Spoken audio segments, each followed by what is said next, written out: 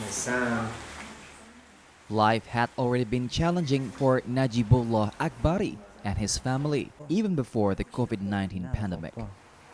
Akbari, an Afghan refugee born in Iran, ended up leaving the country of his birth because he did not feel it was safe. For almost 5 years, he and his family have lived in Cisarua in Bogor Regency, a mountainous area situated about 30 miles from Indonesian capital Jakarta. I think all time is like Corona because refugees are at home and they cannot do any job, they cannot travel, they cannot visit their relatives. This is like the Corona time. Indonesia is not a signatory of the 1951 UN Refugee Conventions, which makes the estimated 14,000 refugees in Indonesia ineligible for formal work and education. To survive, most refugees rely on relatives in other countries to wire money to them. Akbar Anwari says his brother in New Zealand has stopped sending money since the pandemic also affected his job. My brother has been out of work for 5 months. Nowadays, he no longer sends money. I spend about $245 a month. Rent, food. I eat very modestly, but prices this season are very high. Akbar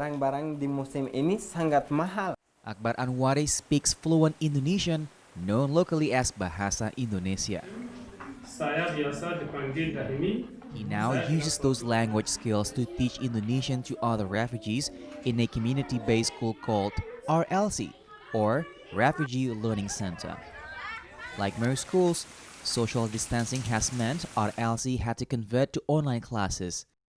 Unfortunately, this posed a challenge to students and teachers, since many don't have sufficient internet access or proper devices. Many in Indonesia access 4G networks via expensive prepaid data plans. So they face many challenges like lack of resources.